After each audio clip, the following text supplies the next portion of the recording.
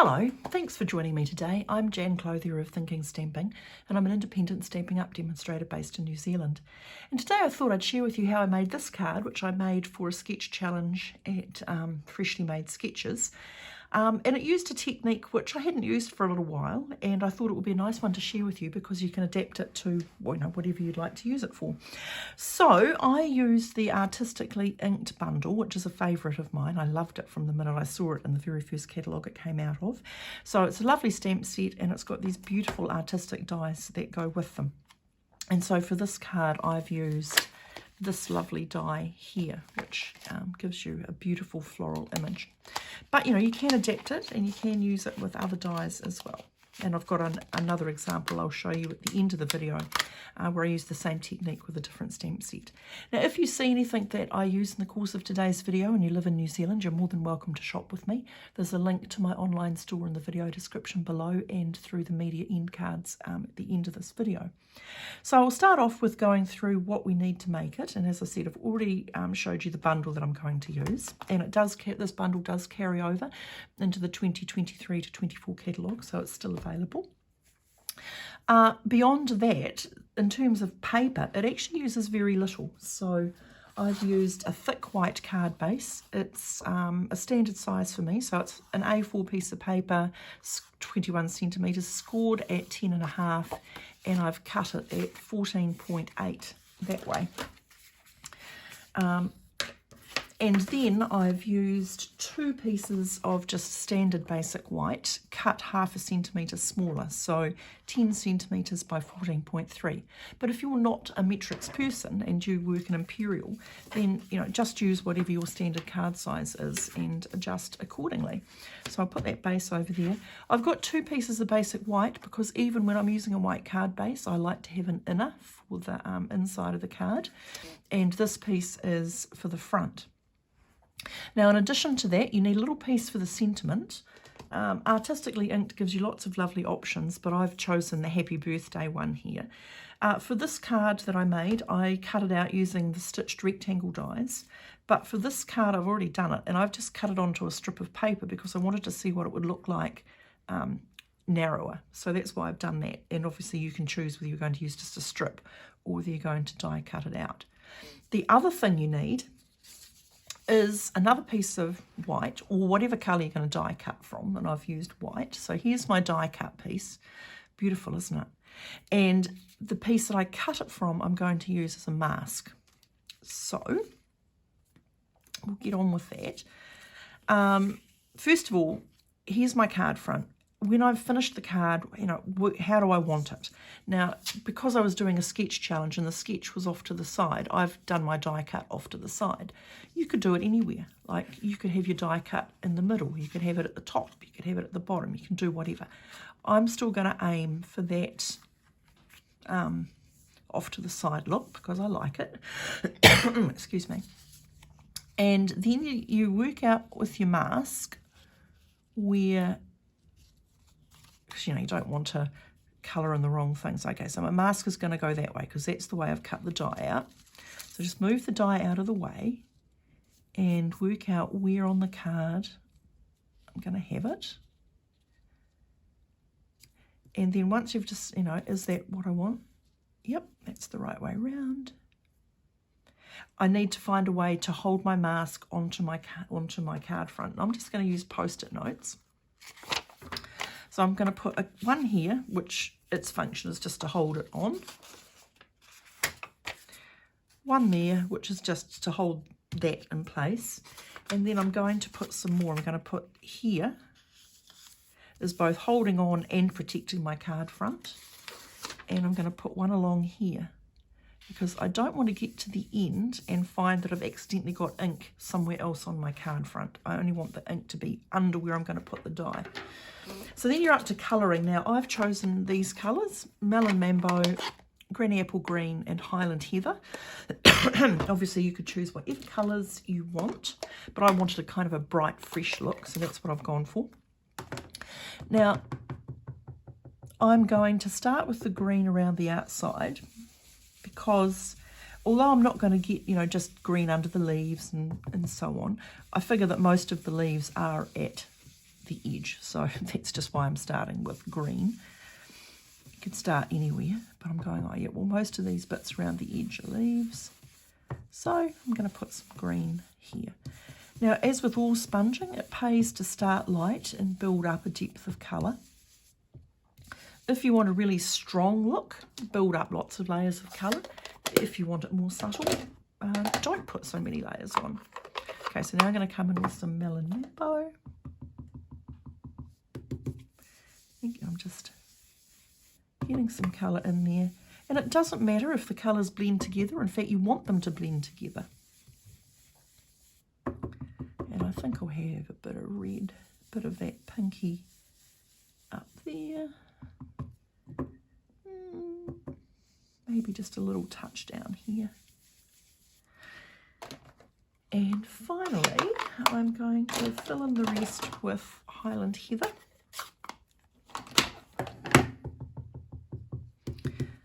As with most sort of spongy techniques, you're never going to get exactly the same result with if you try to replicate exactly, it's not going to happen. But, you know, it'll be a reasonably close approximation of the first card that I made. You can see there where I didn't tap off my ink before I started blending, and you get that sort of less smooth look. But in this instance, it's not going to matter because, you know, flowers do have variations in colour. Now, you would just keep going and building up your colour, and you know, until you're happy with how it looks. And then take off the mask. And hopefully what you've got is a lovely shape of your die cut. And so the next thing to do is to attach that over the top.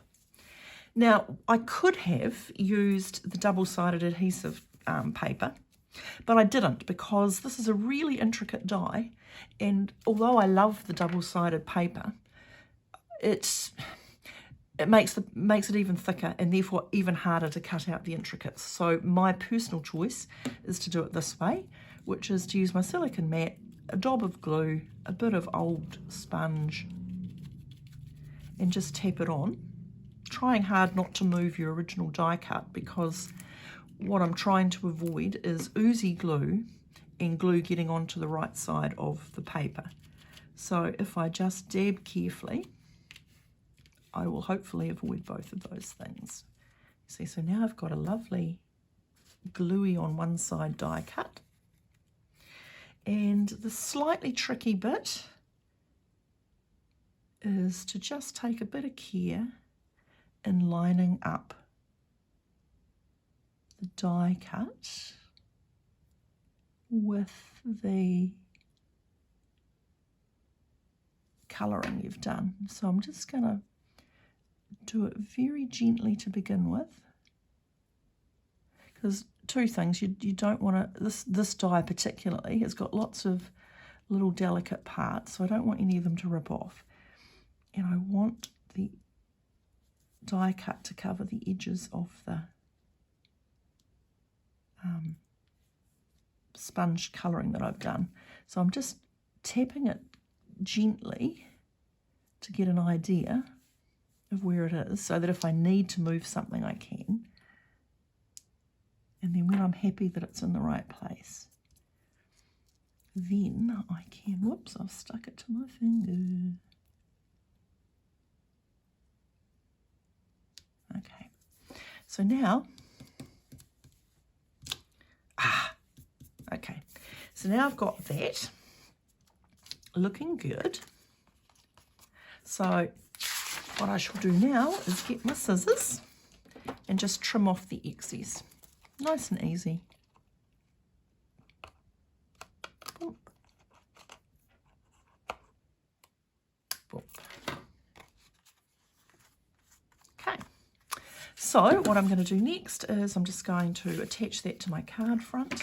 Somehow I've acquired a sticky finger, which is annoying me, so hopefully I don't stick myself to something I shouldn't. Okay, so a bit of glue. and attach it to my card front. The glue gives me wiggle room to make sure it's nice and straight.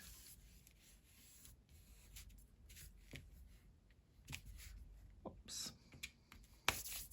And finally, I can attach my sentiment.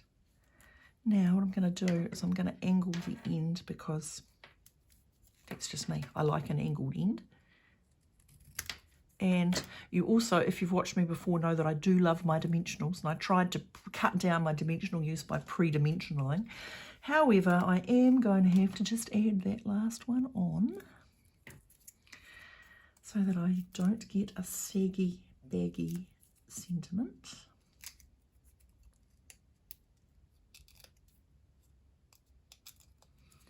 And then I can just pop that, and you can pop that, you know, wherever you like the look of it. I think I will pop it down, up, down, about there, I think will be nice.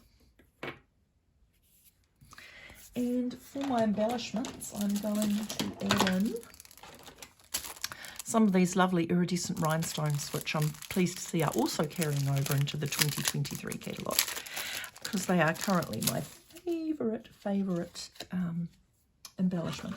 I like them because they come in 3 sizes, and I love to be able to have a big, a little, and a small. How am I going to do it? Well, I don't know. Let's see what we think.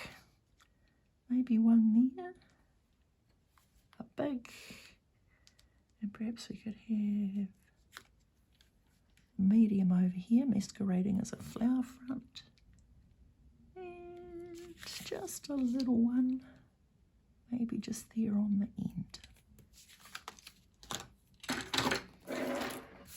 Okay, now what did I do on the inside? I'm not going to make the inside now. I'll just show you what I did on this one. So I just used some images out of the artistically inked stamp set and just use the same colours, melon mambo and greeny apple green, to sort of carry the front through. As you can see, it's a lovely technique to use, very, very easy to do. Here is another one using the same technique but a different stamp set. This uses the Celebrate Sunflowers. Was that what it's called? Celebrate You. Anyway, the sunflower one that's been around for a while and is sadly retiring. However, you can see it's very, very effective for very little work, and I like things which give you a good impact for, you know, really not much. Anyway, I hope you've enjoyed what you've seen, and I hope you're going to give it a try. Don't forget, if you live in New Zealand, that you're more than welcome to shop with me. As always, I'm more than happy to answer questions, and I can be contacted through my Jan Clothier Independent Stampin' Up Demonstrator Facebook page, or through my blog. The details of all of those things are in the video description below and in the media end card. And above all else, everyone, happy stamping.